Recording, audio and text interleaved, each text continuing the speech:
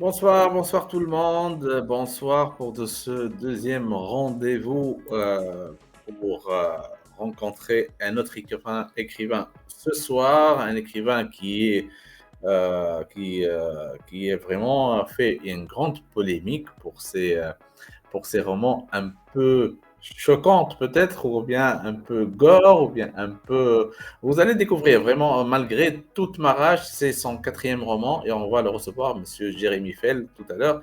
Et vraiment, il a une plume assez fine, mais assez vraiment poignante. Et on va en parler avec lui de cette plume et de toutes ces idées qu'il a pour vraiment torturer ses personnages. Donc, on va l'avoir avec nous, Monsieur Jérémy Fiel, tout de suite. Donc, il y aura plusieurs questions. Il y aura la rubrique de Clara plus tard qui sera aussi avec nous. Ma coéquipière, voilà, pour J'aime les livres. C'est elle l'administratrice et la créatrice de J'aime les livres, du groupe J'aime les livres. Et donc, il y aura le jeu tac au tac comme on a fait avec Franck Tillier. Donc, il y aura plusieurs choses, une soirée qui est vraiment mouvementée. Merci d'être là, merci de nous suivre. Et on reçoit tout de suite Monsieur Jérémy Fell, qui est un peu malade. Donc, essayez d'être intelligent avec lui. Bonsoir Jérémy, Bonsoir. ça va bien? Ça va. Tant mieux, tant mieux. Donc, malgré toute ma rage, donc c'est votre quatrième roman. Et donc, un roman qui m'a vraiment très, très plu. Voilà, il est là. C'est un roman de 470 pages, je crois. Et c'est l'histoire de quatre jeunes filles qui vont en vacances en Afrique du Sud et qui est vraiment... donc là, jusque-là, tout est bien, mais dès le premier chapitre, vraiment, il y a quelqu'un qui va être tué, qui va être torturé. Euh, Après avoir lu votre roman, malgré toute ma rage, on se dit que chacun de nous, vraiment, chaque être humain peut-être a un côté sombre en lui qui ne demande qu'à surgir. Est-ce que tu confirmes? Oui. Non,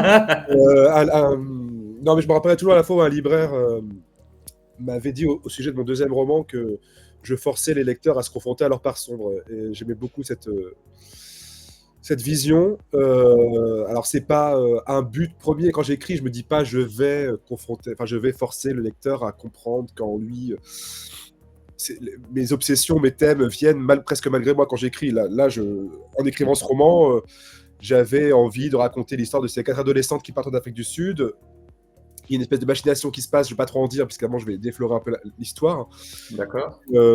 Mais c'est vrai que ça correspond à ce que je pense, c'est que en tout cas, si je veux travailler sur ce qui nous sépare, enfin, ce qui fait que l'humanité peut être monstrueuse, qu'est-ce qu'un monstre? Est-ce que la figure du monstre, qu'est-ce que la figure du monstre? Puisque tous mes personnages sont des êtres humains, et donc on ne peut pas les qualifier de monstres. Mes personnages peuvent commettre des actes monstrueux, mais je veux faire en sorte que le lecteur ne puisse pas les catégoriser comme des monstres, parce que monstre, c'est le vampire, c'est le loup-garou, enfin c'est des choses qui sont pas de l'humanité.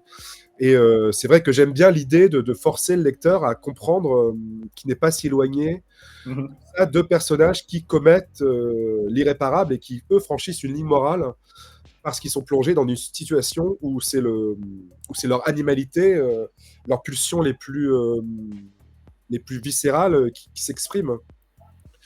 Et je pense vraiment que oui, l'être humain en soi a ça. Pas que ça, heureusement. Mais c'est vrai que c'est quelque chose, mais je pense que moi j'ai toujours été fasciné par les méchants en général. Dès que j'aimais dans les dessins animés, quand j'étais petit, c'est vrai que je m'intéressais que aux personnages des méchants. J'ai commencé la littérature avec des auteurs qui parlent du mal, vraiment, comme Céline Dostoïevski, William Burroughs, Stephen King. Donc voilà, donc de toute façon, je sens que intrinsèquement, je suis, moi, obsédé par cette image-là, par D'accord. ce qui fait que l'homme peut basculer et comment on peut juger moralement ou éthiquement quelqu'un qui franchit une frontière, la frontière du crime. D'accord. Ben, justement, on voit que malgré tout le mal qu'ils ont fait, ou bien que tout le côté sombre qu'ils ont, ces personnages, ben, on suit ces personnages, mais vous nous dites toujours qu'il y a un passé tumultueux, un passé un peu dur. Est-ce que ça excuse? Est-ce que pensez-vous que tout est pardonnable selon le passé qu'on endure? Pas pardonnable, non, je cherche. Moi, je cherche. Alors déjà, je ne cherche pas à juger mes personnages, donc et je ne veux pas non plus les absoudre de leurs actions. Le roman, malgré tout mariage, est construit autour d'un personnage en particulier, et j'aime l'idée de forcer le lecteur à avoir de l'empathie envers quelqu'un. Enfin, quand on lit les premières pages, on peut pas se dire, enfin j'espère, enfin, logiquement, qu'on peut avoir de l'empathie pour le personnage qui prend la parole dans le premier chapitre. Et beaucoup de lecteurs m'ont dit, mais malgré tout, je peux comprendre comment tel personnage en est arrivé à de telles extrémités, sans D'accord. forcément absoudre ces actions, évidemment. Le but, c'est pas de... Enfin, ils sont coupables, malgré tout, mais c'est aussi comprendre quelles sont les racines de ce mal et quels sont les mécanismes de la violence qui sont à l'œuvre pour qu'un être humain franchisse une limite et devienne un danger pour la société, mais c'est une limite qui est quand même intrinsèquement liée à son humanité aussi, malgré tout. On vit dans une... Enfin, je pense que dans Malgré tout mariage, ce qui m'intéressait, c'était de montrer des personnes aussi qui s'affranchissent un peu des lois sociales, et malgré elles, alors on peut donc qui deviennent des criminels, mais qui ne restent pas moins des êtres humains, malgré tout. Mhm. Et c'est vrai que je m'interroge moi sur ça, sur même ma part sombre à moi. Quand j'écris des personnages comme ça, ils viennent tous de moi, forcément. Oui, on va en parler justement. De mon cerveau, de ma vie. Je pense que moi, j'écris des romans de genre, enfin, des romans qui sont très différents, qui mélangent des genres, mais je pense que tout ce qu'on écrit est lié à notre vie, à notre enfance, à notre vision du monde, du réel. Mhm. Et, et du coup, je me pose des questions sur moi. Pourquoi moi, je suis obsédé par ces questions-là? Pourquoi je prends autant de plaisir à écrire des scènes très violentes, mais pas que, heureusement. Mhm. Et donc, c'est vrai que j'aime bien aussi que le lecteur fasse le même cheminement que moi, aussi, quand il lit, que j'écris. Le roman, donc, il commence en Afrique du Sud. Et vous décrivez si bien ce pays, les endroits dangereux, les endroits safe. Vous citez même des bars, des noms de bars. Est-ce que vous y étiez justement dans le passé pour pouvoir le décrire comme ça? Non, non, alors je voulais. Alors, j'ai émis l'hypothèse d'y aller. J'avais fait une demande de bourse, la bourse Stendhal, je ne sais pas si certains connaissent, c'est une bourse qui permet d'aller écrire pendant quelques mois dans un pays étranger où se déroule l'action d'un roman qu'on est en train d'écrire. Et puis c'était juste après le Covid, donc il n'y avait pas de possibilité d'avoir la bourse, donc du coup, je n'y suis pas allé. Je me suis dit, de toute façon, pour moi, le roman, c'est de l'imaginaire. Le but, c'est de donner l'impression que je connais ce pays. C'est aussi un des talents de l'auteur, du romancier, c'est de nous faire croire en une réalité qui n'existe pas. Et de toute façon, c'est pas un documentaire, mon livre sur l'Afrique du Sud. Donc, je voulais, moi, avoir une vision précise de ce qu'est le Cap, de ce qu'est l'Afrique du Sud. Donc, j'ai fait beaucoup de recherches. J'ai lu beaucoup de romans qui se passent en Afrique du Sud. J'ai fait des recherches sur le pays, des recherches politiques. J'ai fait, puis grâce à Google, enfin grâce à Internet, Google Street View, je peux aller dans n'importe quelle rue du Cap et puis faire des descriptions. Enfin, je veux dire. Donc, je me suis beaucoup renseigné pour donner l'impression que vraiment, parce que contrairement aux États-Unis, de mes deux premiers romans qui sont des États-Unis fantasmés, et donc je jouais avec la vision d'un auteur français sur les États-Unis, qui sont un États-Unis un peu de carte postale, qui naissent des films et des séries qu'on peut regarder, des Oui. livres qu'on peut lire. Là, je voulais donner vraiment une image assez nette et précise de l'Afrique du Sud et des violences endémiques qui secouent le pays. Dès le départ, je voulais que de toute façon, ces jeunes femmes partent dans un pays qui soit très touristique et en même temps qui soit très violent. Mais qui D'accord. soit touristique pour elles, ça veut dire que... Alors, ça, on m'en a beaucoup parlé. Il y a beaucoup de parents qui m'ont reproché d'envoyer des jeunes filles. Enfin, ils disent, mais qui sont ces parents qui envoient des adolescentes en Afrique du Sud? Bien sûr, déjà, mais quand on comprend qui sont les parents, après, on se pose moins la question. Bah, C'est pas une famille très particulière. ouais. Et aussi parce qu'elle se croit, parce que là-bas, une touriste blanche avec un peu d'argent ne court aucun risque. Enfin, je veux dire, le Cap, c'est une ville quand même assez intéressante là-dessus. C'est une ville, une très belle ville, hein, c'est considéré comme une plus belle ville du monde. Et les quartiers qui sont pas réservés aux blancs maintenant, parce que c'est plus à ce niveau-là quand même, mais qui sont quand même à majorité blanche et très, très, on ne court absolument aucun danger et personne ne va aller dans les townships la nuit. Et les violences qui touchent l'Afrique du Sud touchent en majorité les habitants des townships qui sont en très grande majorité des personnes noires ou métisses. On a déjà une première question, c'est celle d'un auteur tunisien qui s'appelle Ath Fatia, c'est un auteur de science-fiction, c'est un auteur francophone, et il vous pose la question, je me dois de poser la question, le titre est-il un clin d'œil aux Smashing Pumpkins? Oui, bien sûr. Bien sûr, voilà, ça je l'avais pas vu, hein. Ça, bravo Ath. Bah oui, on a vécu dans les années 90 peut-être, en même Oui. temps. Ouais, Malgré toute ma rage, c'est les paroles d'une chanson des Smashing Pumpkins. Despite all my rage, I'm still just a rat in a cage. Bullet with butterfly wings. Tous les titres de mes romans sont inspirés par des morceaux de musique. Et celui-là, il m'est apparu assez évident parce que malgré la rage, chaque personnage pourrait prendre cette phrase et la finir à sa façon. C'est une phrase un peu en suspens comme le livre, et malgré toute ma rage, chaque lecteur peut continuer la phrase. Dans la chanson de Smashing Pumpkins, il explique que même, c'est un personnage qui dit que même cette rage ne peut pas la sortir de la prison dans laquelle il est enfermé. Dans le roman, la rage fait sortir certains personnages de la prison dans laquelle ils sont enfermés. Voilà, donc c'est assez ambigu le titre, mais puis j'aime bien la sonorité. Moi, les titres, c'est aussi la sonorité, ce que ça évoque. En tout cas, voilà. Bah, tant mieux, tant mieux. Ben, bravo Atf en tout cas. Donc de l'Afrique du Sud à Paris, vous décrivez encore mieux Paris. Y a-t-il des endroits cités dans le roman qui font partie de votre quotidien? Ah oui, alors évidemment, alors du coup, le monde, là où il n'y a pas du tout de fiction, c'est la description du monde parisien, du monde littéraire que je connais bien. Et là, justement, c'est pareil, tout ce que je raconte sur le monde, sur Paris, évidemment, Paris, j'ai fait quelques clins d'œil au Paris que je connais. Mais c'est surtout le monde littéraire. Tout ce que je raconte sur le monde littéraire est vrai. J'ai juste changé les noms. Et j'ai dû changer. Il y avait beaucoup plus de choses qui se passaient dans le monde littéraire. Je racontais beaucoup de choses qui m'énervent. Et donc, je me dis, bah tiens, justement, je vais en profiter pour le mettre dans mon livre. Et donc, je vais raconter à quel point les jurés de prix sont vendus à beaucoup. Comment se construit un succès, quels éditeurs sont des pervers sexuels ou quels auteurs sont... Donc, on les connaît tous dans le monde littéraire, mais ça ne sort jamais. Il n'y a pas de MeToo dans le monde de l'édition, en tout cas pour l'instant. Et donc, ça m'a amusé de faire des portraits de gens que je connais dans le livre. Mais quand j'ai fait lire le manuscrit à mon éditrice, elle l'a fait lire après à Actes Sud, c'est parce que Rivage fait partie d'Actes Sud, et les juristes ont dit non, mais on ne peut pas publier le livre comme ça, on va avoir 10 procès dans la gueule. Enlever beaucoup de choses, et puis changer des morphologies pour pas que les gens se reconnaissent beaucoup. Voilà. D'accord. Mais le monde littéraire parisien est à peu près celui que je connais moi, en tout cas. Après, c'est ma vision. De toute façon, un roman n'est jamais la réalité. Un roman est toujours une vision d'un auteur sur le monde, et une vision forcément déformée de toute façon. Ouais. Donc, Atf Fatia vous dit le titre justifie à lui seul l'achat du livre et sa découverte immédiate. Non, mais alors, les titres, c'est particulier. Les titres, normalement, c'est les éditeurs qui choisissent les titres. Moi, c'est toujours moi qui choisis mes titres. Parce que je pense, je prends le temps vraiment de trouver un titre qui me plaît, et généralement, mon éditrice m'a toujours laissé garder mon titre.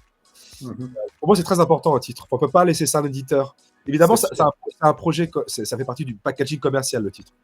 Mais je pense que c'est vraiment l'auteur qui doit trouver son titre. Évidemment, un titre doit appeler à ça, doit provoquer quelque chose dans l'esprit d'un lecteur, et puis donner envie d'en lire plus. C'est comme le quatrième de couverture ou la couverture. Amel Marhaba, donc elle nous dit magnifique, merci beaucoup. Donc merci beaucoup de nous suivre. Donc je rappelle que je reçois Monsieur Jérémy Fell qui est un peu malade, mais qui répond à toutes nos questions et à toutes vos questions. Et c'est lui l'écrivain de Malgré toute ma rage, qui est aux éditions Rivage. Et finalement, à travers la famille Delage, justement, qui habite à Paris, vous décrivez le monde de l'édition comme un monde huppé, sélect, cruel. À combien de pourcentage s'approche-t-on de la réalité dans ce monde-là? Bon, je dirais pas 100% par rapport à ce que je vous ai dit. Oui. J'ai quand même romancé les choses, mais en tout cas, les gens qui l'ont lu, qui sont dans ce milieu-là, se sont reconnus le monde littéraire dans lequel on vit. Et c'est vrai que et des lecteurs qui m'ont dit qu'ils ne pensaient pas qu'il y avait autant de pervers dans le monde de l'édition, parce qu'on a l'impression que forcément un monde aussi cultivé que le monde de l'édition, on apprend peut-être mieux à maîtriser nos pulsions, et puis on est dans l'espère intellectuelle. Ben non, pas du tout. Il y a ce rapport de... Alors là, je parle d'une famille. Hein. Le monde de l'édition en soi, c'est quasiment quelque chose d'un peu récréatif. Dans le roman, je raconte un petit peu la foire aux vanités, quoi, qui existe, la façon dont des auteurs essayent de se mettre sur la liste de prix, la façon... Moi, que je regarde ça avec Aïbon, parce que moi, je ne suis pas du tout comme ça, enfin, c'est pas du tout quelque chose qui m'intéresse, donc je vois ça, et c'était pour donner un peu des respirations un peu humoristiques, peut-être, au roman qui manquait, sûrement. Après, je parle d'une famille qui est quand même assez gratinée. Pour moi, c'est vraiment inspiré par les Atrides, par les Borgia. Donc, de toute façon, dans ce roman-là, je me suis amusé à pousser les curseurs très loin. Et puis, plus ça va loin, parce que le but, c'était aussi de faire dérailler l'histoire. Et c'est toujours très étrange que des gens me lisent en ayant l'impression de lire quelque chose de réaliste. Enfin, on ne regarde pas un film de Tarantino en se disant que c'est réaliste ou pas. Je pense quand même que je raconte... J'ai un ami qui m'a dit que c'était un slasher qui prenait à bras-le-corps des questions contemporaines. Et j'aime bien l'idée, parce que j'aime bien l'idée... Il y a beaucoup de références aux films d'horreur dans mon livre, donc il faut aussi le prendre comme ça, comme un livre qui joue avec les codes du slasher. Et en même temps, j'espère parler de choses plus profondes, parce que la littérature, ça sert avant tout à parler de choses qui nous touchent tous à ce point. Et j'ai l'impression, parce que moi, je me rends compte de ce que j'ai écrit après avoir écrit, que c'est avant tout un livre qui parle des rapports de domination, des rapports délétères de domination, que ce soit la domination raciale, la domination par l'argent, par le sexe, par le masculine en tout cas. Et c'est vrai que tous mes personnages sont dominés d'une façon ou d'une autre par d'autres personnages. Et on a ces victimes, ces bourreaux qui changent, qui ne sont jamais les mêmes. Et on a ces espèces de mécanismes pervers qui, dans une famille en particulier, qui sont de génération en génération, qui fabriquent des monstres. Voilà, on a une espèce de cercle vicieux qui ne s'arrête jamais, parce que dans cette famille-là, les choses se font en secret, les êtres sont broyés. Et puis je me rends compte aussi qu'il y a une peinture très différente entre la violence de l'Afrique du Sud. Ça commence par une jeune fille qui se fait tuer dans un township. On comprend que c'est une des 4 Françaises qu'on va suivre dans un flashback juste après. Donc on se dit que c'est forcément ce pays qui est violent, et c'est la violence de ce pays qui va déteindre. Et elle, cette violence-là, elle la voit, mais elle pense qu'elles vont y échapper de toute façon, parce qu'elles ne sont pas les personnes elles sont protégées de cette violence-là. Elle la voit comme quelque chose d'un peu exotique. Seulement, il y a une autre violence qui est à l'œuvre. Et là, c'est quelque chose de beaucoup plus pervers, de beaucoup plus souterrain, qui est lié à une famille en particulier. Et c'est un autre type de violence que cette violence endémique liée à une histoire et liée à des rapports sociaux. Voilà. Enfin, alors, on va en parler, mais de toutes les façons, juste pour revenir au monde de l'édition, Clara, elle a une très très bonne question pour ça, et nous accueillons Clara pour la rubrique de Clara. Bonsoir Clara. Bonsoir. Ça va bien? Bonsoir Léman, bonsoir Walid, bonsoir Jérémy. Merci d'avoir accepté notre invitation. La première question, effectivement, concerne le monde de l'édition que vous décrivez très bien depuis tout à l'heure. Et parmi les écrivains que vous décrivez, parce qu'il y en a plusieurs dans votre roman, est-ce qu'il y a un Jérémy Fell? J'apparais 2 fois dans le livre. D'accord. Alors, je me suis donné... j'apparais 2 fois. Alors, c'est vraiment des petits détails. Il y en a un, c'est vraiment un détail, c'est pour une amie, c'est parce qu'à un moment, il y a le personnage de Béatrice qui est en train de... donc, la femme d'un éditeur, donc il traîne vraiment dans le quartier. Sa vie se passe entre Odéon et puis Saint-Germain-des-Prés. Et elle est au carrefour de l'Odéon, au relais Odéon. Et elle est assise à côté d'un brun et d'une petite blonde qui parle de cinéma, et elle dit c'est deux écrivains. Et là, c'est avec mon ami Delphine Berthelon, je lui ai fait un clin d'œil parce que c'est un endroit où on allait souvent, et donc ça m'amusait d'imaginer que mon personnage nous croise, voilà, tous les deux en train de parler littérature. Et moi, je me suis mis en scène par l'intermédiaire d'un jeune auteur qui rentre dans la maison d'édition avec son sac de manuscrits sous le bras, et qui rentre dans un monde qui n'est pas forcément le sien. Je ne sais pas si vous vous rappelez de cette scène-là. Vous avez reconnu, en fait.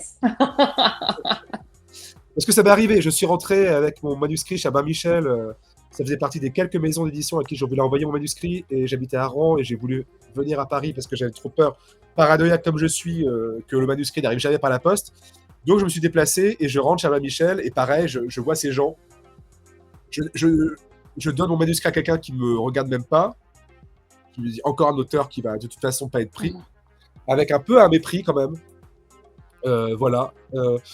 Après, j'ai su qu'ils avaient failli m'éditer, mais ça, je l'ai su bien après, que l'éditrice qui avait lu mon livre voulait m'éditer, mais que le comité de lecture, certains avaient trouvé le livre trop violent. Bon, voilà, mais après, j'ai été très vite contacté par Rivage, et je suis très heureux d'être chez eux. Mais voilà, c'était un peu... ouais, ça m'a amusé, en fait, de placer ce jeune écrivain qui était moi. Voilà. Très bien. Mais après, j'apparais dans plein d'autres personnages, hein, mais je vais pas dire où, quand, comment, parce que... On n'en dira rien, on ne dévoilera rien. Alors, je vous ai dit tout à l'heure que j'ai commencé par lire Malgré toute ma rage, et pour voir un peu l'évolution, j'ai lu votre premier roman qui s'appelle Les loups à leur porte.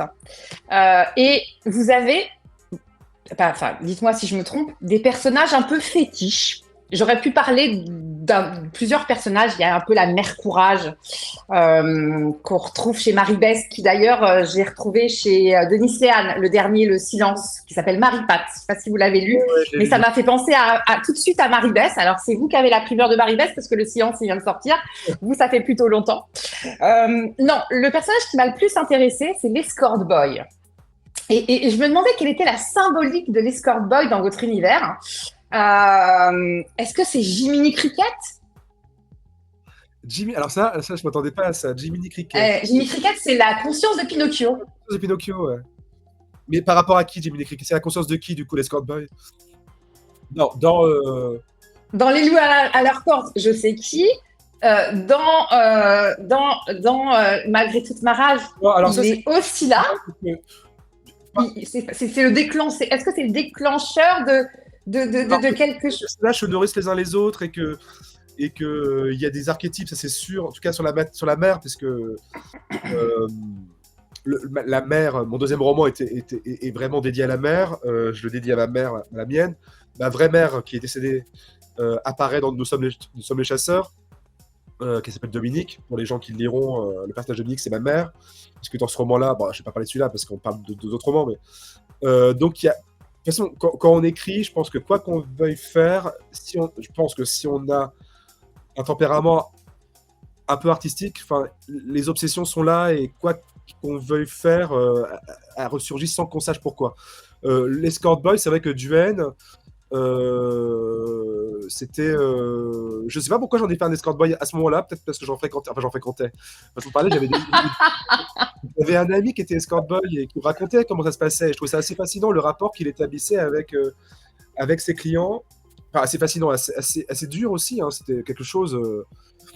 Et je me disais, quelles sont les relations humaines qui peuvent se jouer dans une relation comme ça, qui n'est pas une relation glauque, où c'est des femmes... Enfin, je veux dire...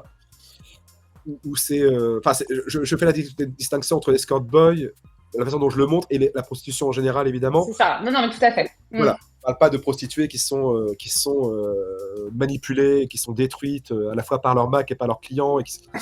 Là, c'est quelqu'un qui décide d'offrir plus que son corps quand même. Enfin, j'ai l'impression que Duhaine, en tout cas, c'est vrai que Duhaine, et puis là, il y a un escort boy dans Malgré toute ma rage, qui donne à Béatrice quelque chose dont elle a besoin. Un déclic. Un déclic, ouais, et qu'elle n'aurait pas pu avoir ailleurs. Et je pense que cette femme qui va avoir une relation avec un homme, elle sait qu'elle n'a pas besoin de faire quelque chose pour le séduire, parce que de toute façon, voilà, il est là pour ça, il va lui donner l'illusion qu'il est séduit, parce que c'est son travail, et puis il lui apporte quelque chose dont elle a besoin. Et c'est vrai que c'est une relation.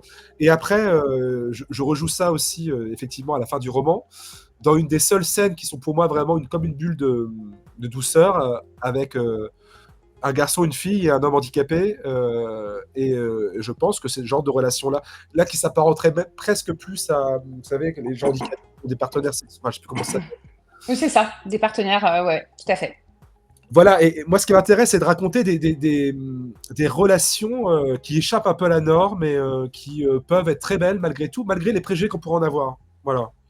Enfin, c'est comme ça que je le voyais. Mais D'accord. Question suivante. Alors, je pense qu'on vous l'a déjà posé, mais est-ce qu'on a déjà comparé la famille de l'âge à une famille de Game of Thrones?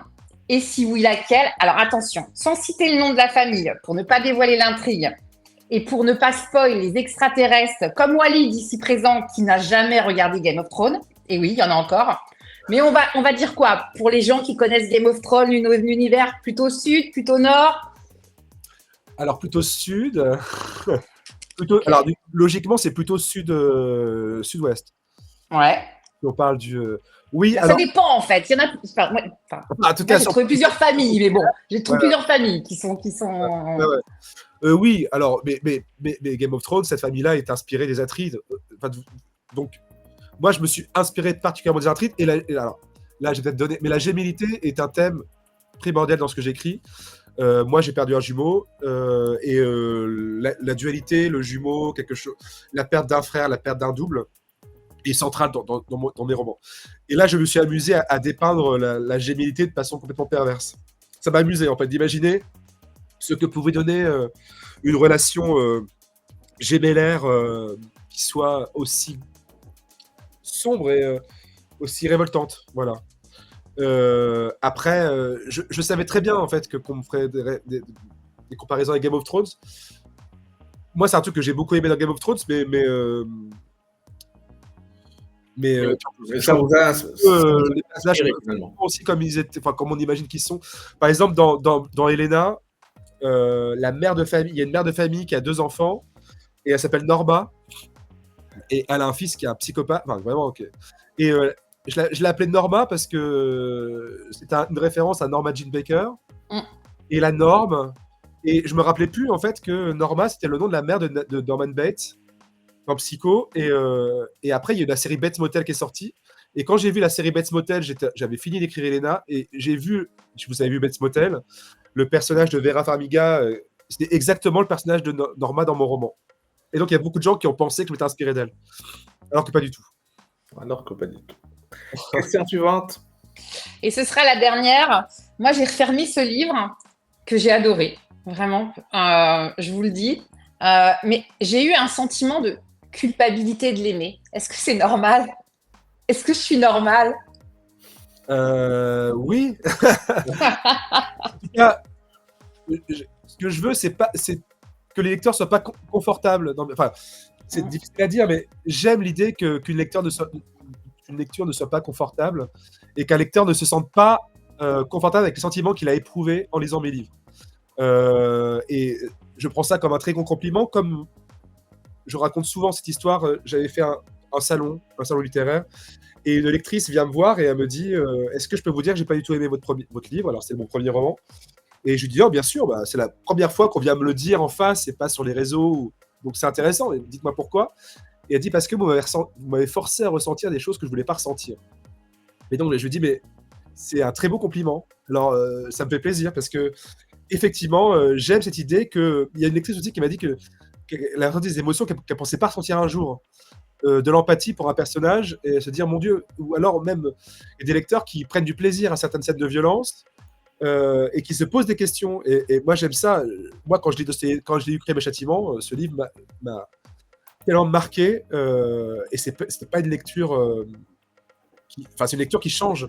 Alors je me compare pas à lui, à Dostoïevski évidemment, mais j'aime qu'un roman ne soit pas une problème de santé et qu'on ait vraiment des sentiments ambivalents. Comme quand je regarde un film de Lars von Trier, par exemple. J'adore Lars von Trier, mais il y a des choses dans son cinéma qui me heurtent parce que ça touche des choses très profondes et que j'ai pas forcément envie de voir. Et les personnages, c'est un peu ça. Et donc, si ça provoque ça chez le lecteur, en tout cas, moi, ce que je veux, c'est provoquer des émotions fortes chez le lecteur. Même si c'est un rejet. Il y a des lecteurs qui rejettent complètement mes livres à cause d'une scène en particulier où la violence est trop graphique pour eux, ou à cause d'une ambiance, ou à cause de ce qu'ils peuvent penser comme des scènes complètement immorales. Effectivement, moi je ne cherche pas du tout. Moi je déteste. La morale n'a que faire dans les romans, pour moi, selon moi. D'ailleurs, la morale est toujours celle des autres, comme disait Léo Ferré. Et donc oui, si vous m'aviez dit, je trouve ça super agréable. J'ai dormi comme un bébé juste après. Je trouvais ça hyper agréable à lire et ça m'a pas choqué plus que ça. Bon là, je me dirais c'est raté. je pense que le livre est réussi si ça provoque des choses qui ne sont pas forcément agréables et qui sont, en tout cas, des émotions qui restent. Et j'aime bien que des lecteurs me disent j'ai encore des images, j'ai encore des sensations, j'ai des questionnements qui restent, je pense à ce personnage-là, j'aurais bien aimé le suivre. Et c'est vrai qu'on me le dit souvent parce que mes romans, j'aime bien l'idée que mes romans, même les personnages peuvent continuer à vivre dans l'esprit du lecteur après. Voilà, enfin. Et ça fait une bonne transition pour les prochaines questions de Walid que j'ai sous les yeux. Justement, merci Clara. Bravo. Bye bye. Bravo pour ces 4 questions très très pertinentes. Donc, et on se retrouve pour la prochaine fois. Et on continue avec Monsieur Jérémy. Donc, dans le premier chapitre, vous décrivez justement avec précision le plaisir ressenti par un tueur. Comment avez-vous écrit ce chapitre sans avoir tué quelqu'un et sans avoir ressenti la même chose? Ressenti. En tout cas, c'est un vrai travail schizophrénique d'écrire. Et moi, je me force, surtout un roman comme Magritte Marage, où je force le lecteur à rentrer dans la tête d'un personnage, puisque c'est écrit à la première personne et au présent, donc il n'y a pas de distance avec ce que pense le personnage. Je force le lecteur à quasiment penser comme un personnage. Mm-hmm. Et moi, je me mets dans cette condition-là, et je pense qu'à partir du moment où c'est une émotion humaine, je peux trouver une façon de la ressentir, moi. Et donner l'impression que la ressentir, et donner le sentiment, le lecteur, que cette émotion n'est pas une émotion fabriquée. Et donc, oui, je comprends tout à fait le plaisir qu'on peut avoir à tuer quelqu'un. C'est pas quelque chose que j'éprouverais. Moi, si vous voulez, j'ai été traumatisé d'avoir tué une souris pendant plusieurs jours. Après, j'ai eu des invasions de souris pendant très longtemps, et j'ai été obligé d'en tuer une, et vraiment, ça m'a mis dans un état pas possible. Donc, je ne pourrais jamais, évidemment, moi, attenter c'est quelque chose, mais je peux tout à fait imaginer le plaisir qu'on peut ressentir à le faire, et donc l'écrire. Mais ça, c'est marrant parce qu'on m'a posé, j'avais fait l'émission de Nicolas Caro sur Europe 1, et la première question, c'est est-ce que pour écrire quelqu'un. Et contrairement à beaucoup d'auteurs d'autofiction, moi je pense qu'on n'a pas besoin de vivre les choses, d'avoir vécu les choses pour savoir en parler. Il suffit, je pense, d'avoir de l'imagination. Ça, c'est pas donné à tout le monde, évidemment. Enfin, je pense que de toute façon, ça n'a pas d'imagination, on ne peut pas écrire. Selon moi, l'imagination, c'est quand même le nerf de la guerre en écriture. Et puis, voilà, c'est comme j'ai dû me mettre à la place de 3 adolescentes qui sont assez différentes, parler un peu comme elles, me mettre dans leur esprit. Alors, j'ai jamais été une adolescente de 17 ans. J'étais un adolescent, mais j'ai jamais été une femme de 45 ans à marier un éditeur. J'ai jamais été une femme, de toute façon. Je suis pas un éditeur qui viole des gamines de son staff. Donc voilà, pour moi, un auteur... on a quand même un petit aveu. Je l'ai senti comme ça, un petit aveu. C'est à travers Béatrice, vous disiez. Ah oui, mais semble ça. Je sais très bien ce que vous allez me dire. C'est ça. Voilà. Vous avez dit, ça me conforte dans l'idée que ceux qui réalisent des films d'horreur, parce qu'elle regardait un film d'horreur, mais en fait, vous avez glissé, attention, vous avez glissé, ou qui écrivent des romans du même genre, le font en grande partie pour y sublimer leurs pulsions sadiques. Oui, bien sûr. Non, mais ces pulsions sadiques, je les ai. On les a tous. Enfin, je veux dire, ça fait partie de nous. On les a. De là, les mettre en acte dans la réalité, c'est encore autre chose. Là, en fait, Béatrice se réveille. C'est la première scène de Suspiria de Dario Argento. Et je raconte que dans ce film, c'est une scène qui m'a traumatisé quand j'étais petit. Donc et sans le savoir, sa fille se fait tuer au même moment à l'autre bout du monde. D'accord. Et dans les films d'Argento, ce que raconte Béatrice, c'est que on voit juste une main qui plante la jeune fille, et on voit jamais la personne, et la main appartient au réalisateur. Et donc, et quand on regarde les films d'Hitchcock, maintenant on sait très bien à quel point Hitchcock est un grand pervers, et qu'il sadisait des femmes dans ses livres. Oui. Dans ses films, pardon. Et que Hitchcock faisait ce qu'il ne pouvait pas faire aux femmes dans la réalité dans ses films.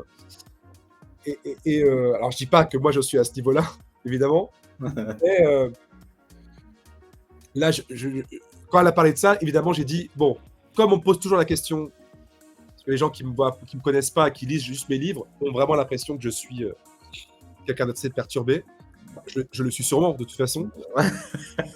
Mais quand je fais des rencontres en librairie, les petites dames qui viennent me voir et qui ont lu mon livre et qui ont lu quelque chose qu'elles ne pensaient pas lire un jour, en tout cas, ça sort un peu de leur zone de confort, sont surprises de voir devant elles quelqu'un qui a l'air stable psychiquement.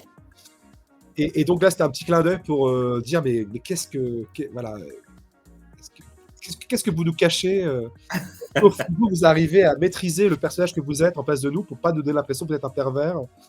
Mais non, alors je pense que de toute façon, l'écriture est un acte cathartique et je pense que ce roman-là est particulièrement violent parce que on vit dans un monde bien plus violent que mes romans, que les romans en général, et que cette violence-là nous m'atteint moi particulièrement. Et ma seule façon de composer avec ça, c'est de la rejeter et de la sublimer dans mes romans. D'accord. Les horribilités commises et les actes commis par les personnages, avez-vous déjà écrit des lignes ou que vous avez ensuite effacées et je vous ai dit, je suis allé un peu loin là?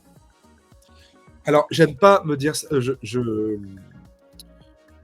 J'essaie de... Ma limite, c'est que la violence soit jamais... Je ne veux pas que la violence soit gratuite. Je veux que... Parce que je déteste les romans qui sont une succession de scènes de violence. Moi, la violence doit avoir un sens, doit avoir un sens narratif. Et si je décris une scène comme je la décris, il faut que ce soit pour provoquer quelque chose de particulier. La première scène, il fallait vraiment que je force le lecteur à sentir sale, de ressentir une émotion qu'il n'a pas envie de ressentir, d'être vraiment dans la peau d'un pervers et de ressentir la violence dans ce qu'elle a de plus abominable, pour qu'après, on ait ces 4 jeunes filles et que le lecteur ait peur de tourner les pages et qu'il ait peur de voir ressurgir cette violence à n'importe quelle page et qu'il puisse se dire oui, mais parce qu'on ne sait pas qui a tué, on ne sait pas qui est la victime. Donc le lecteur, pendant tout le premier chapitre, va se demander à chaque fois mais c'est laquelle des 4 et qui est l'agresseur. Quel homme va l'agresser et pourquoi? Et dans quelle situation vont-elles se mettre alors qu'elle pense être hors de danger? Donc je joue avec l'état du lecteur à ce moment-là. Mais j'ai juste fait lire le roman à un ami qui est très woke, un ami auteur. Moi, je suis beaucoup moins, même si je fais hyper attention à ça, faisant partie de plusieurs minorités, enfin au moins 2. Et là, il m'a dit, il y a une scène tu vas trop loin. Et ça peut jouer contre toi, et ça peut casser complètement le... Et donc, c'est une scène que j'ai enlevée. Mais c'est la seule fois. Parce que j'essaie de peser les choses. Voilà. D'accord. Donc, on va, juste après, on va répondre à Ad Fateh qui vous demande, pouvez-vous nous parler de votre processus d'écriture? Mais là, on va juste jouer au tac au tac. Donc, je vais vous poser 10 questions et c'est 2 choix et vous répondez par un seul mot. On va commencer par mer ou montagne? Mer. TV ou radio? Ah, alors, je peux TV film ou TV... Télé ou radio? Alors, si c'est pour regarder des films, télé. Télé, d'accord. Hiver ou été? Hiver. Hiver. Bière ou vin? Aïe. Oh là là. Ça dépend. Bon, allez, vin. Bien cuit ou saignant? Saignant. Le contraire m'aurait étonné. Ouais. Grand format ou format poche? Je pense que je préfère lire en poche. Lire en poche, d'accord. Roman ou nouvelle? Roman. Stephen King ou Hitchcock? Bah non, mais j'adore Stephen King parce que si j'avais pas lu Stephen King, j'écrirais pas.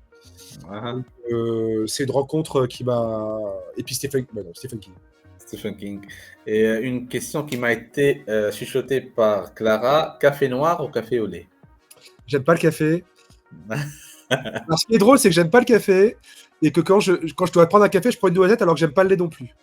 Ah, d'accord. Ok, ça marche. Le lait me permet d'avoir un goût moins amer, donc voilà. Et la dernière, c'est crime ou châtiment? Ah bah... Bah, crime, parce que châtiment. D'accord. Donc, juste pour Amélie, notre copine Amélie, vous dit, j'ai souvent pensé ça des auteurs et créateurs de films sadiques. C'est une bonne question si ça assouvit leur envie au final. Merci Amélie. Non, mais je pense que de toute façon, je sais plus qui avait dit de Wagner, si Wagner n'avait pas écrit d'opéra, c'est devenu un psy, il aurait tué des gens. Et je pense que c'est pas le seul. Et en tout cas, il vaut mieux de toute façon, ces pulsions, on les a tous. Et comment elles s'expriment dans une société qui essaie de les réprimer, elles s'expriment de plein de façons différentes. Moi, c'est généralement quand je joue aux jeux vidéo, j'adore tuer des gens dans les jeux vidéo et dans mes romans. En même temps, c'est pas tuer des gens dans mes romans qui m'intéressent, c'est en sauver d'autres. C'est plus compliqué que ça. Faut pas croire que je prends autant de plaisir. J'aime écrire des scènes de violence parce que ça me met dans une espèce d'état un peu d'excitation, mais j'aime écrire des scènes de discussion, des scènes d'amour, des scènes juste de liens. Tu vois, dans Malgré tout ma rage, la relation qu'il y a entre Béatrice et son fils, c'est des moments que j'ai beaucoup aimé écrire, des moments voilà, d'échanges tout simples en fait. Ouais, j'aime jouer sur les contrastes, donc ma première rencontre littéraire avec Stephen King, voilà, Oui.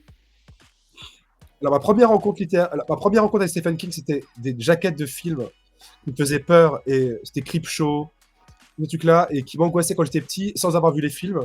Après, la première rencontre littéraire, c'était une rencontre assez pourrie, parce que c'était Peur Bleue, et j'en gardais pas un bon souvenir, et je n'avais pas lire à l'époque. J'ai pris Stephen King pendant longtemps, quand j'ai commencé à lire, j'étais un peu snob, et donc j'ai voulu commencer à lire par des très grands auteurs. Enfin, j'ai voulu me faire... Quand je me suis rendu compte que vraiment j'aimais la littérature, voilà, j'ai lu Dostoïevski, j'ai lu Tolstoï, j'ai lu des auteurs. Et Stephen King, pour moi, j'avais l'image d'un auteur un peu, ouais, assez facile. Voilà. Okay.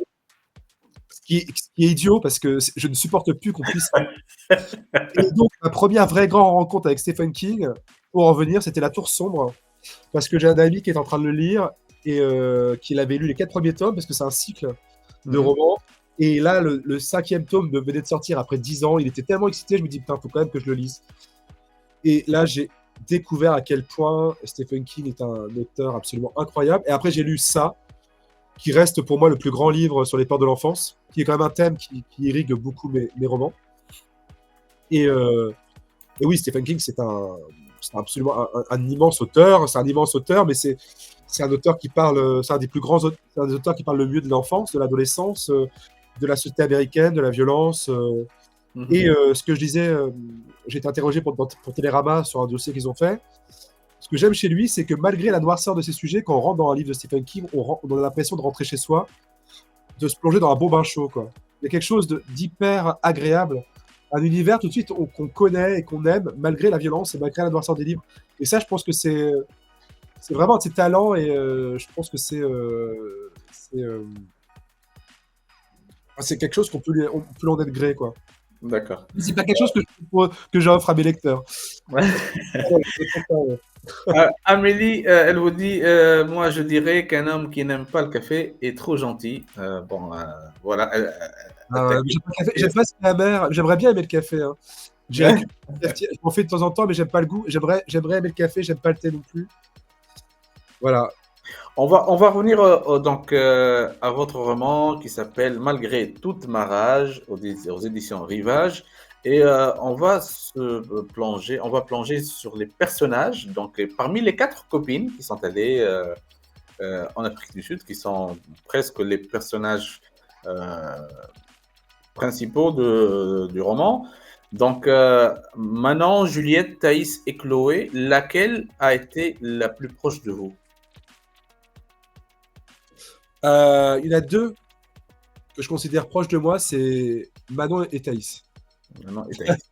Alors ceux qui le liront... N'en dites pas pourquoi, c'est juste... ouais, mais... Non. Deux caractères, c'est Manon, je pense, et c'est étonnant. Et Thaïs, parce que j'ai écrit ce roman pour... Enfin, bon, je vais pas trop en dire, mais... c'est un personnage c'est le personnage qui m'a le plus intéressé dans sa psychologie. D'accord. Une seule des filles n'a pas eu assez d'espace que les autres. Ouais, Juliette n'a pas eu son chapitre, ni son mot à dire. ouais. Et on dirait qu'elle était de trop. Pourquoi? Euh, bah, ça, c'était étrange à la façon. Il n'y avait pas de chapitre non plus sur le frère d'une des filles. Je l'ai rajouté parce que j'avais besoin d'un personnage quand même un peu plus agréable à suivre, un peu plus positif, un peu plus lumineux, solaire que les autres. Juliette, elle n'existe pas beaucoup pour elle. Parce qu'elle fait pas, je pense que c'est aussi parce que elle fait pas partie de leur monde et elle est un peu laissée de côté. Elles l'ont fait venir parce que c'est elle qui a le permis de conduire. Et il y a un côté, voilà. Et ce qui est étonnant, c'est qu'il y a une adaptation en série qui est en train d'être faite, enfin, en tout cas écrite, de Baguette toute Marage. Ah, d'accord. Ah, c'est sur quelle chaîne? Alors, non, c'est pas encore. Là, en fait, c'est le réalisateur de la série Les Papillons Noirs, Mhm, qui est une excellente série qui est sur Netflix. mhm. Netflix qui est en train d'écrire une adaptation et il va l'envoyer aux chaînes. Et si c'est fait, Ah, ça d'accord. Ça, Euh, c'est une et idée. justement, le personnage de Juliette aura beaucoup plus de présence dans la série. Ah, d'accord. Voilà. Moi, je me pose pas trop la question. Je pouvais pas je voulais pas mettre 3, ça me suffisait parce que chaque personnage, enfin, chaque chapitre a son intérêt en fait dans le roman. Mhm. Bah, justement, il y a un personnage étranger à la famille et qui a eu beaucoup de place, beaucoup de pages justement dans le roman. C'est l'inspecteur Wade. Vraiment, vous nous avez donné tellement de détails de sa vie qui n'ont pas peut-être, qui nous ont pas assez, c'est-à-dire qui n'ont pas servi au roman. Je trouve comme ça. Hein.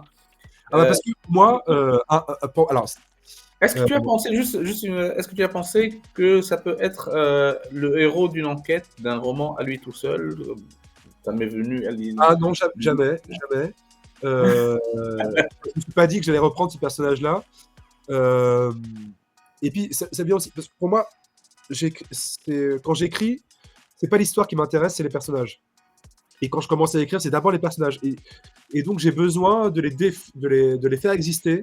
Mhm. Et donc, il y a beaucoup de choses de leur personnalité qui ne servent pas une intrigue, mais qui servent autre chose pour moi. Et c'est vrai qu'il y a beaucoup d'éléments qui peuvent. Enfin, c'est pour ça que pour moi, je suis pas sûr d'écrire des thrillers, parce qu'à chaque fois que j'ai fait des rencontres avec des auteurs de thrillers, ils me racontent que eux, c'est vraiment l'histoire, c'est vraiment la mécanique, c'est vraiment la façon dont ils gèrent les rebondissements, et les personnages sont des pions. C'est comme ça qu'ils, pas tous hein, évidemment, mais beaucoup d'auteurs de thrillers me racontent ça. Et moi, quand j'avance, je ne sais pas où je vais. Ça veut dire, celui-là, j'avais quand même une idée parce que je savais comment ça allait se finir. J'avais les personnages principaux, je savais que chacun prenait la parole, mais je me laisse guider par mes personnages. Et donc, mes personnages prennent une liberté qu'ils ne pourraient pas avoir sinon, si je m'en servais juste comme des pions pour faire avancer une intrigue. D'accord. Et effectivement, il y a des choses de leur vie qui sont là avant tout pour leur donner une consistance, pour connaître leur psychologie, et qui ne servent pas dans l'histoire en elle-même. D'accord. Euh, Quelle relation entretient Jérémy Fell avec ses personnages? Est-ce que vous discutez avec eux parfois ou quelque chose comme ça pendant l'écriture? Alors, discuter avec eux, là, je vois plus de psy, mais je pas, mais je suis très attaché à eux. Mon but, je vis avec eux pendant 1, 2, 3 ans. Ils font tous partie de moi. J'essaye de leur donner le plus de force possible et de les accompagner le mieux possible jusqu'au bout de leur chemin. Même si certains ont un chemin plus court que d'autres. Il y a des moments où je m'en veux. Et des moments où je m'en voulais de tuer ou de faire souffrir autant un personnage, mais je savais que je ne pouvais pas faire autrement. C'est comme ça que ça doit se passer, et donc moi, il faut que je continue. Mais ouais, mes personnages sont toujours vivants en moi. Par exemple, il y a dans mes 3 premiers, dans mes 2 premiers, non, mais dans mes 3 premiers romans, non, attends, non, dans mon premier et mon 3e roman, il y a un personnage qu'on revoit. Il y a des clins d'œil qui se font. Je me sens. J'ai toujours la liberté de pouvoir refaire venir un de mes personnages pour une autre histoire. Mais Là, par exemple, les personnages de mon roman actuel, Mhm. je suis lié à eux d'une façon. J'aurais presque envie de continuer à écrire le roman Ad vitam aeternam pour rester avec eux et de D'accord. ne pas devoir les abandonner. D'accord. Donc, la musique, elle est très présente dans le roman. Et on dirait que vous avez besoin de la musique pour décrire l'endroit ou décrire des états d'âme même. Et, euh, et je vois qu'il y a même des morceaux que vous écoutez vous-même et que vous incrustez dans votre roman. Oui, ça fait partie. Comme quand je décris un paysage, quand je parle d'une référence littéraire ou quand je... À chaque fois, pardon, je vous coupe, à chaque fois un personnage il entre dans un bar ou Moi, même je à la pense que maison, ça crée- Béatrice, quand elle rentre, elle entend une musique qui l'a fait chavirer, qui l'a fait revenir dans les années. Ouais, la musique, c'est quelque chose qui nous parle à tous. Je pense que c'est l'art le plus direct. Moi, j'aimerais que mes romans, que mon écriture soit aussi directe qu'un morceau de musique. La force de la musique, c'est ça nous touche au plus profond. Et, euh, et puis, enfin, ça parle à tout le monde. Je veux dire, un morceau de. Si je mets les filles, elles sont en train de conduire, et puis il y a Like a Virgin de Madonna qui passe, on a tout de suite l'ambiance. S'il y a la Ouais, musique qui chante, on a ouais. tout de suite l'ambiance. Voilà, je pense que c'est quelque chose ouais, qui parle à tout le monde et ça te permet de poser.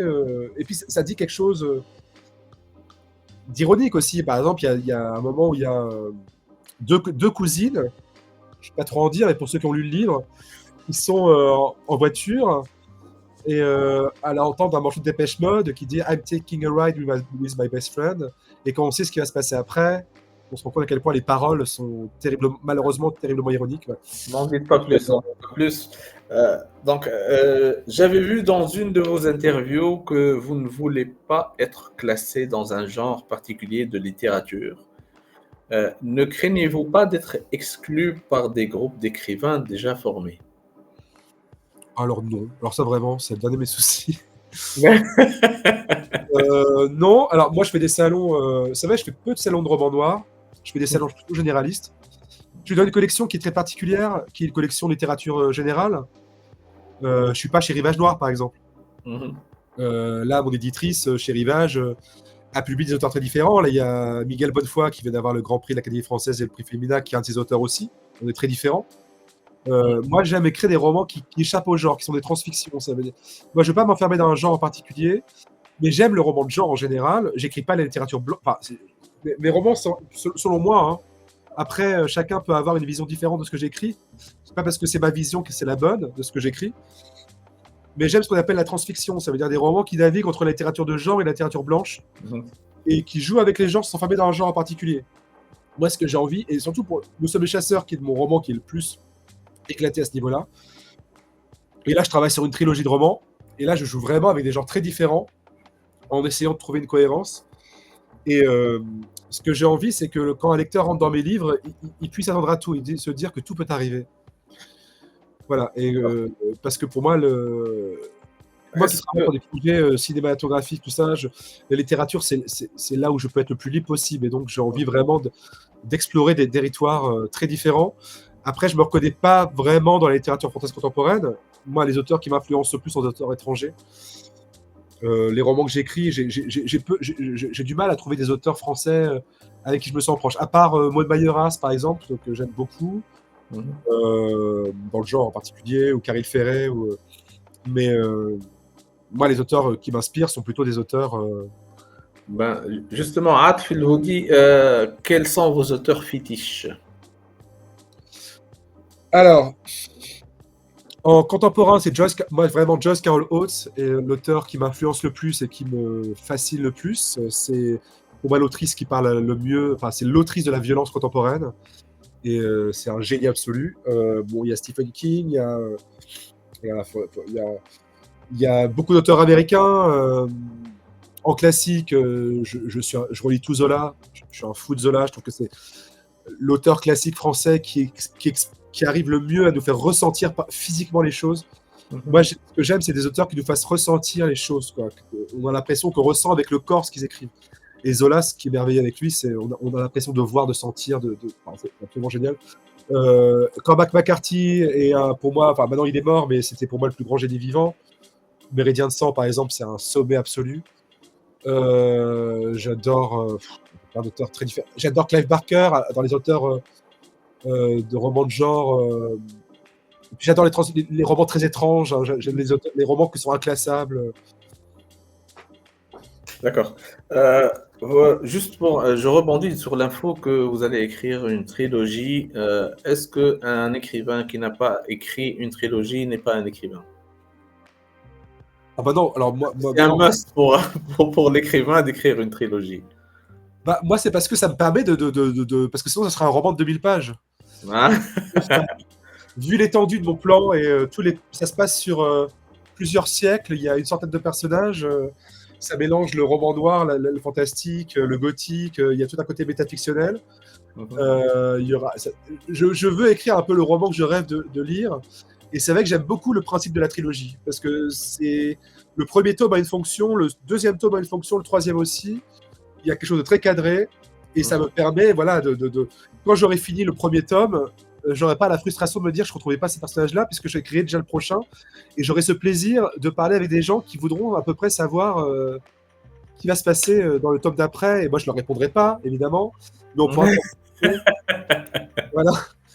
Et ouais, et puis il y a des trilogies que j'adore. La trilogie, si je vous conseille une trilogie, voilà, dans les auteurs vraiment qui m'ont récemment, voilà, deux romans vraiment qui m'ont complètement fasciné, écrits par deux femmes.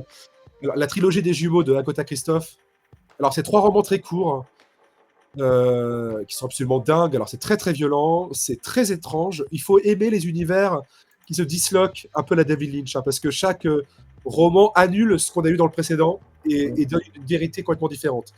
Et moi, récemment, ce roman qui s'appelle Notre part de nuit de Mariana Enriquez, qui est, quand je l'ai lu, c'était en 2021, l'éditeur me l'a envoyé Nous sommes les chasseurs en même moment, et quand je l'ai lu, je me suis dit, putain, mais c'est le roman que je rêve d'écrire, quoi. Voilà. Dans ce roman-là, il y a tout ce que j'aime en littérature. C'est un roman, c'est un des rares romans qui m'a fait vraiment peur. Un roman d'une ambition littéraire absolument incroyable. Vraiment, c'est la littérature sud-américaine, dans ce cas-là, de plus fou. Il vient de sortir en poche il y a 1 an.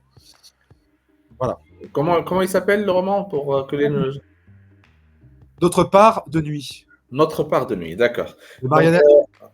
Donc, votre premier roman et votre deuxième roman, ils ont été traduits en allemand et en russe, ouais. C'est ça? Est-ce que vous avez des nouvelles des lecteurs allemands et russes? Non, j'avais lu, évidemment, j'ai lu traduit des critiques d'allemand et de russe sur mes romans. Allemand, c'était à peu près comme en France. Enfin, je voyais des avis qui correspondaient. Par contre, en Russie, on me reprochait beaucoup de parler de trop d'homosexualité dans mes livres, alors qu'il y a peut-être un personnage sur 10 homosexuel. Mais c'était déjà trop pour les Russes. Ouais. Et je sentais quand même qu'il y avait certains thèmes, il y avait des choses qui choquaient un petit peu. Mais ça ne m'étonne pas quand je vois à quel point la Russie est un pays pour les minorités très difficile. Mais c'est toujours... Par contre, quand j'ai lu mon livre en cyrillique, moi qui commençais, qui me suis passionné par la littérature avec Dostoïevski, avec Tchekhov, avoir mon propre livre avec un alphabet russe, traduit en russe, c'était un peu Noël avant l'heure. Hein. D'accord. Jérémy, merci beaucoup vraiment d'avoir répondu à toutes nos questions et aux questions des internautes. Merci à tous ceux qui nous ont suivis pendant cette bonne heure et merci à ceux qui vont la regarder ensuite dans les rediffs. Vraiment, on attendra votre nouveau roman ou votre trilogie, bien sûr, avec impatience. 2027, normalement.